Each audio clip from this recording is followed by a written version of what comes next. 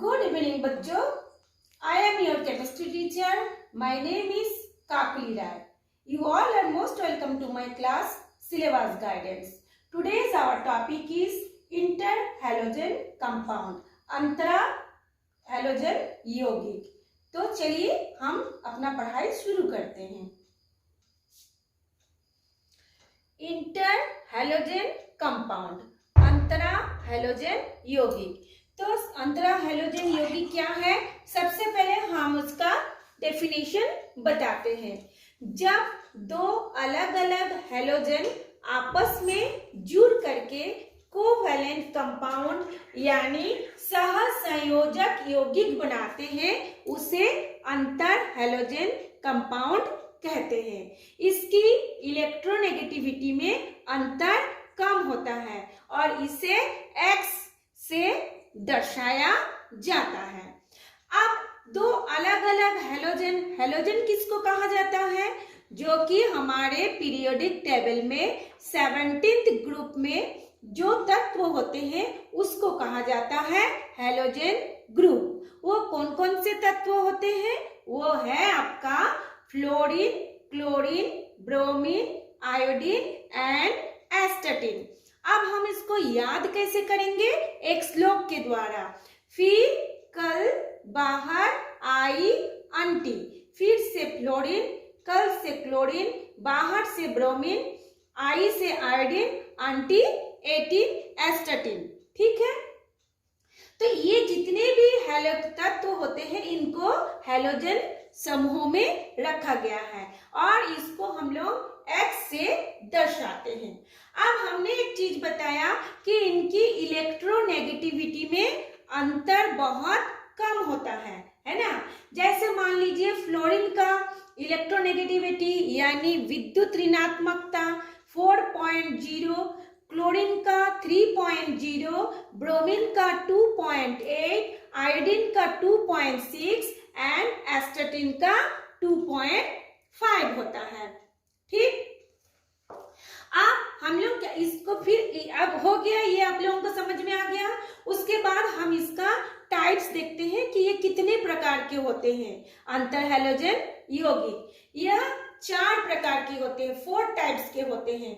कौन कौन से?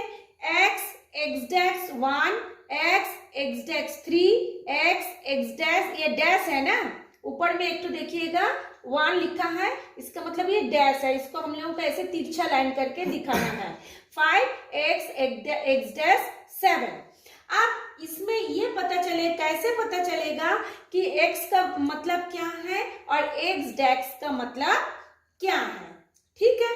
तो ये जो X होता है वो बड़ा साइज हैलोजन होता है. बड़ा साइज मतलब ये जैसे भी हम लोग फ्लोरीन, क्लोरीन, ब्रोमीन, आयोडीन, एस्टेटिन बताया है, इसमें से जो बड़ा साइज होगा उसको हम बड़ा X से दर्शाते हैं और ये जो ऊपर में X- लिखा है वो होता है आपका स्मॉल साइज हैलोजन. ठीक है. इधर देखिए हमने ये बताया है X क्या बोलते हैं, क्या X- से क्या होता है? X जो होता है वो बड़ा होता है ना, और X- जो होता है छोटा होता है. अच्छा, एक चीज और मैं बता रही हूँ. ये जैसे X एक यहाँ पे देखिए हमने लिखा है लेस देन X- यानी वो क्या होता है, इसकी इलेक्ट्रोनेगेटिविटी कम होती है ना. तो चलिए हम लोग देखते किसकी इलेक्ट्रोनेगेटिविटी कम होगा. ये X की इलेक्ट्रोनेगेटिविटी क्या होगा? कम होगा. किसकी तुलना में? ये X- की तुलना में. ठीक है. तो हम लोग समझ गए कि X हमने ऐसा क्यों लिखा. X की इलेक्ट्रोनेगेटिविटी कम होगा कंपेयर टू X-. चलिए अब हम इसका टाइप्स को देखते हैं विथ एग्जाम्पल. सबसे पहले हम लोग टाइप्स देखते हैं. ये जो X-1, इस 1 को लिखा नहीं जाता, लेकिन मैंने इसको एक सीक्वेंस में बनाने के लिए 1, 3, 5, 7 लिख दिए हैं. तो इसका एग्जाम्पल क्या होगा? क्लोरोफ्लोरो जैसे Cl-F लिख दिए, Br-F लिख दिए. इसमें देखिए क्लोरीन की इलेक्ट्रोनेगेटिविटी कम है, किसकी तुलना में? फ्लोरीन की. इसी तरह से ब्रोमीन की भी कम है, किसकी तुलना में? फ्लोरीन की. तो ये वाला जो हमने बताया ये यहाँ पे प्रूफ हो जा रहा है. आगे का देखते हैं कि किस तरह से ये संरचना बनाता है। ठीक, तो हम लोग एग्जाम्पल लेते हैं क्लोरो Cl और F, क्लोरीन और फ्लोरीन को लिए हैं। अब एक बात और मैं फिर से मैं बता दे रही हूँ, ये कब जुड़ेगा? जब ये दोनों अलग अलग हैलोजन के उसकी इलेक्ट्रोनेगेटिविटी में बहुत कम अंतर होगा, तब इन लोग आपस में जुड़ करके कोवैलेंट बॉन्ड बनाएगा। उसी को कहा जाता है अंतर हैलोजन कंपाउंड। ठीक है, ये Cl का हम लोग जानते हैं एटॉमिक नंबर होता है 17 और फ्लोरीन का एटॉमिक नंबर होता है 9। अब हम इसका इलेक्ट्रॉनिक कॉन्फ़िगरेशन देखते हैं। मैं एक का अच्छे से डिटेल्स में बता दे रही हूँ, बाकी जो टाइप्स है वो आप लोग अपने से देख लीजिएगा। तो क्लोरीन का एटॉमिक नंबर 17, तो इसका इलेक्ट्रॉनिक कॉन्फ़िगरेशन कैसे होगा? 1s2 2s2 2p6 3s2 3p5। देखिए हम लोग काउंट करके देखते हैं 17 आता है कि नहीं। 2 + 2 4, 4 + 6 10, 10 + 2 12, 12 + 5 17। सेम फ्लोरीन का होता है 9 एटॉमिक नंबर, उसका भी हम लोग इलेक्ट्रॉनिक कॉन्फ़िगरेशन देखेंगे। 1s2 2s2 2p5। ठीक है, अब हम लोग देखते हैं P में कितना होना चाहिए। P में होना चाहिए 6, लेकिन हाँ P में होना चाहिए 6, लेकिन दोनों में ही क्या है? P में 5 है, यानी दोनों में ही एक का कमी है। अब हम लोग इसका वो देखते हैं, संरचना में देखते हैं। सामान्य अवस्था में इसका जो हम 3s में 2 इलेक्ट्रॉन है और 3p में 5 इलेक्ट्रॉन है। ये हो गया आपका सामान्य अवस्था, यानी इसको हम लोग बोलते हैं ग्राउंड स्टेट। एक होता है ग्राउंड स्टेट, एक होता है आपका एक्साइटेड स्टेट, यानी उत्तेजित अवस्था। तो यहाँ पे हो जाएगा आपका उत्तेजित अवस्था। तो सामान्य अवस्था में ये इसका होता है बाह्यतम कोश। तो हम लोग बाह्यतम कोश को ही लिखे हैं, चाहे तो हम पूरा इसको लिख सकते हैं, लेकिन हम लोग क्योंकि बाह्यतम कोश में ही इलेक्ट्रॉनों का साझेदारी होता है, साझेदारी होने के बाद कोवैलेंट बॉन्ड बनता है, इसलिए हमने सिर्फ इतना को ही दिखा रहे हैं। तो ये हो जाएगा आपका 3s और ये हो जाएगा आपका 3p। अब जब ये उत्तेजित अवस्था में जाता है तब उसमें से क्या होता है, जब ये इसमें फिर क्या होता है? 3p में 1 इलेक्ट्रॉनों की कमी है, फ्लोरीन में भी क्या होता है? 1 इलेक्ट्रॉनों की कमी है। तो फिर दोनों आपस में क्या करते हैं? एक इलेक्ट्रॉनों का, देखिए मैंने लिखा है ये 1 इलेक्ट्रॉन और ये 1 इलेक्ट्रॉन, एक इलेक्ट्रॉनों का क्या करते हैं? साझा करते हैं। जैसे हम लोग जानते हैं, ये मान लीजिए आपका हो गया क्लोरीन में 1 इलेक्ट्रॉन और फ्लोरीन में 1 इलेक्ट्रॉन, ये 1 इलेक्ट्रॉन। तो ऐसे करके हम लोग पढ़े हैं, ऐसे करके ये साझा करते हैं और इस तरीके से एक बॉन्ड का निर्माण होता है। तो फिर इसका देखिए पूरा P, इसमें फिर इन दोनों में साझा होने के बाद ये जो P होगा, ये P क्या हो जाएगा? ये P पूरा आपका भर जाएगा, 1 2 3 4 5, ये 6 हो जाएगा, है ना। तो इसलिए इसमें कौन कौन से ऑर्बिटल भाग लिए हैं? S और P के 3, इसलिए इसकी जो आकृति होगी sp3, देखिए यहाँ पे ये मैंने लिखे हैं sp3 आकृति, संकरण होगा और उसकी आकृति होगी sp3 और वो क्या बनेगा? वो रेखीय आकृति की होगी, इसकी जो क्या बनेगा? रेखीय लीनियर शेप में होगा। ठीक है, ये आप लोगों का पहला प्रकार हो गया। दूसरा का हम एग्जाम्पल लेंगे x(x'3), है ना, x(x'3), उसका हम लोग एग्जाम्पल लेते हैं ClF3 का एग्जाम्पल लेके चलते हैं। तो हम लोग फिर वही Cl का हम जानते हैं 17 होता है। ये देखिए आप लोग यहाँ से देख लीजिए 3s 3p, हमने भी ऐसे बताया है 3s 3p। ठीक, उसको मैं दोबारा रिपीट नहीं कर रही हूँ, आप लोग इसी में से पता चल रहा है। अब इसका जो सामान्य अवस्था में ऐसा है और उसका D जो है पूरा खाली है, ये जो D ऑर्बिटल है ये पूरा क्या होता है? खाली है, ये P और ये हो गया S। लेकिन जब ये उत्तेजित अवस्था में जाता है तो क्या हो जाता है, इसमें देखिए 5 इलेक्ट्रॉन है, तो 5 इलेक्ट्रॉन में से एक इलेक्ट्रॉन जंप करके डी में आ जाता है। तो जंप कैसे करता है, जैसे आप लोगों के शरीर में ज्यादा ताकत होता है, आप लोग ज्यादा काम करते हैं, ज्यादा दौड़ भाग करते हैं, सेम इलेक्ट्रॉन भी जब उत्तेजित अवस्था में जाता है तो इस कक्षक में से एक इलेक्ट्रॉन कूद करके जंप करके दूसरे में पहुंच जाता है। तो जब वो दूसरे डी में पहुंच जाता है, अब इसके पास देखिए कितनी अयुग्मित इलेक्ट्रॉन हो गई, 1 2 3 अयुग्मित इलेक्ट्रॉन हो गए। जैसे मान लीजिए हम लोग इसमें भी देखे थे, ClF में एक अयुग्मित इलेक्ट्रॉन था, इसमें भी एक अयुग्मित इलेक्ट्रॉन था, फ्लोरीन में और क्लोरीन में दोनों आपस में साझा किए हैं। सेम इसी तरह इसमें भी क्या होता है, 1 2 3 अयुग्मित इलेक्ट्रॉन हो गया। अब इसमें कितनी फ्लोरीन है, 3 फ्लोरीन, एक फ्लोरीन की मतलब इलेक्ट्रॉनिक विन्यास होता है 2 2 5, उसी मतलब एक इलेक्ट्रॉनों की कमी है। उसी तरह से 3 फ्लोरीन है तो तीनों में एक एक इलेक्ट्रॉनों की कमी होगी, ठीक है। तो ये जो एक एक इलेक्ट्रॉन, फ्लोरीन का एक एक इलेक्ट्रॉन इस क्लोरीन के एक एक इलेक्ट्रॉनों के साथ क्या करते हैं, साझा करते हैं, कोवैलेंट बॉन्ड बनाते हैं। कोवैलेंट बॉन्ड बनाने के बाद इसमें कौन सी हाइब्रिडाइजेशन होता है, कौन सा संकरण होता है, हम लोगों को हमेशा याद ध्यान में रखना पड़ेगा कि कौन कौन से इलेक्ट्रॉन या कौन कौन से कक्षक के इलेक्ट्रॉन साझेदारी में भाग ले रहा है, हम उसका आकृति भी वैसे ही लिखा जाएगा। इसमें हम देखते हैं इसका बाह्यतम कोश था S, और इसका P में देखिए P भाग लिया और एक तो क्या भाग लिया, D भी भाग लिया, है ना। इसलिए इसका संकरण कौन सा हाइब्रिडाइजेशन होगा, sp3d हुआ, ठीक है। और इसमें अब देखिए कैसे हो रहा है, ये क्लोरीन के साथ 3 जुड़ा है, फ्लोरीन जैसे ये 1 2 3 जुड़ा है ना, 1 2 3, ये 1 2 3 फ्लोरीन जुड़ गया है, ठीक है। जुड़ने के बाद देखिए ये पूरे क्या हो गया, पेयरिंग हो गया, है ना। तो ये 3 फ्लोरीन 1 2 3 हो गया। अब इसमें साथ जो वो था, क्या बोलते हैं, उसके जो ये अंदर वाला जो इलेक्ट्रॉन था उसको हमने, ये देखिए ये यहाँ पे एक इलेक्ट्रॉन एक जोड़ा था, यहाँ पे 2 इलेक्ट्रॉन था, ये 2 इलेक्ट्रॉन को हमने एक जोड़ा करके उसमें दिखाया है, इसलिए इसकी आकृति क्या हो गई, ट्राइगोनल बाय पिरामिडल।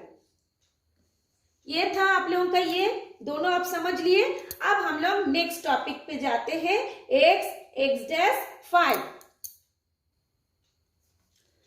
अब हम लोग नेक्स्ट थर्ड जो टाइप था उस पर जाते हैं, उसमें था x5। इसका हम एग्जांपल लेंगे, x के लिए लेते हैं आयोडीन और x' के लिए लेते हैं F5। हम लोग जानते हैं आयोडीन का एटॉमिक नंबर होता है 53। तो इसी तरह से हम लोग उसका इलेक्ट्रॉनिक कॉन्फ़िगरेशन देखेंगे, 1s2 2s2 2p6 3s2 ऐसे करके आप करेंगे। करने के बाद हमारा जो लास्ट जो वो आएगा, सेल आएगा, उसमें आएगा 5s2 5p5। अब एक चीज नोटिस किए होंगे, हमने जितने भी एग्जाम्पल बताया हेलोजन में, सभी कोई P में आके 5 में खत्म हो रहा है, यानी P5 हो रहा है, चाहे वो N2p5 हो, 3p5 हो या 5p5 हो, हमेशा P जो है 5 इलेक्ट्रॉन में आके ही समाप्त हो रहा है। तो उसके बाद ये देखिए हमने लिखा है 5s2 5p5, इसमें देखिए 5 इलेक्ट्रॉन है। अब ये जो d ऑर्बिटल है ये पूरी तरह से क्या है, खाली है, एम्प्टी है, ये हो गया आपका ग्राउंड स्टेट। अब जब हम लोग एक्साइटेड स्टेट में जाते हैं, उत्तेजित अवस्था में जाते हैं, तो यहाँ से 2 इलेक्ट्रॉन, 5 इलेक्ट्रॉन में से 2 इलेक्ट्रॉन जंप करके डी में आ जाता है, क्योंकि वो ज्यादा एक्साइटेड हो गया है। जब वो डी में चला जाता है तब इसमें अनपेयर्ड यानी अयुग्मित इलेक्ट्रॉनों की संख्या कितनी हो गई, 1 2 3 4 5 हो गई। अब हमारा हम जो एग्जांपल लिए थे, क्या लिए थे, IF5, यानी फ्लोरीन, नंबर ऑफ फ्लोरीन कितना है, 5 है।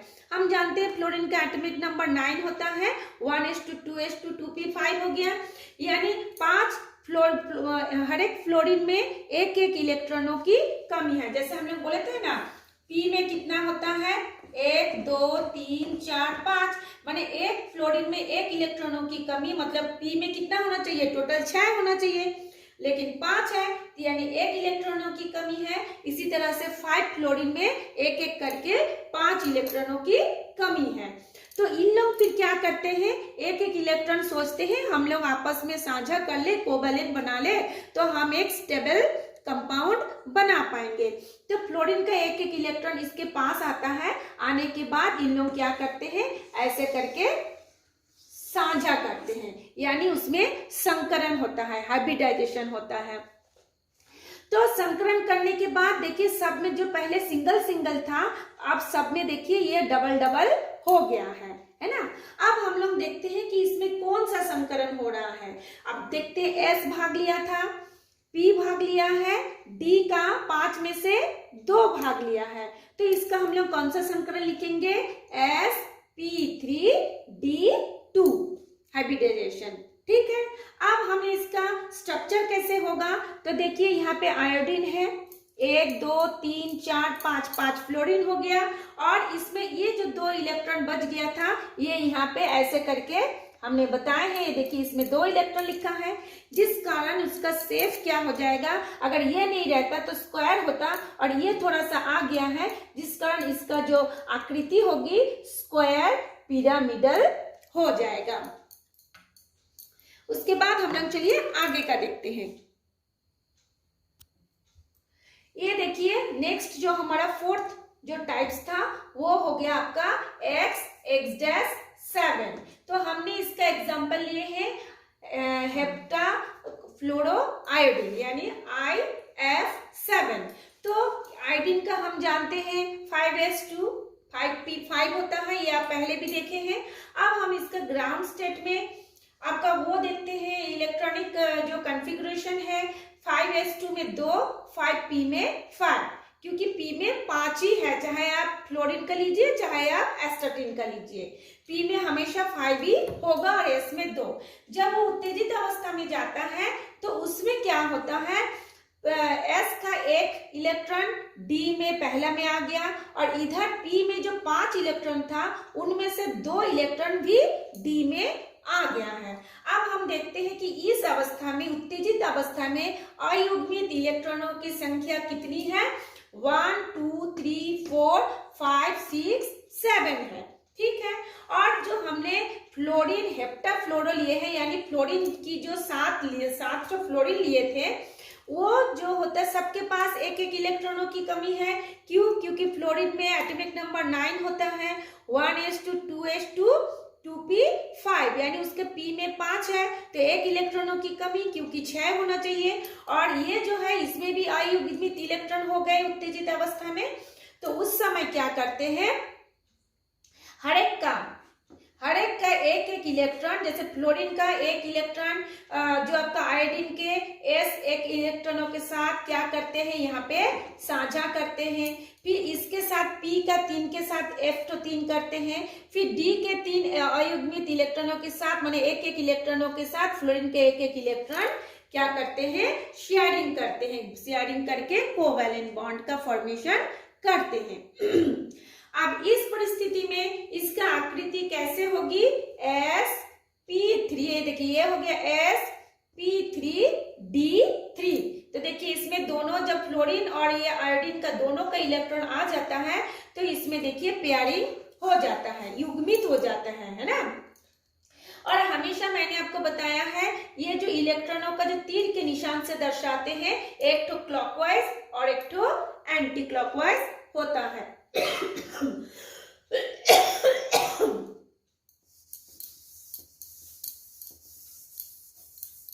तो अब दोनों ऐसे देखिए, एक तो क्लॉकवाइज एक तो एंटी क्लॉकवाइज, एक तो का वैल्यू होता है +12, एक तो का वैल्यू होता है -12। तो इस समय इसकी आकृति क्या होगी, sp3d2 हाइब्रिडाइजेशन होता है, और इसकी आकृति हो जाएगी पिरामिड की आकृति जैसा हो जाएगा।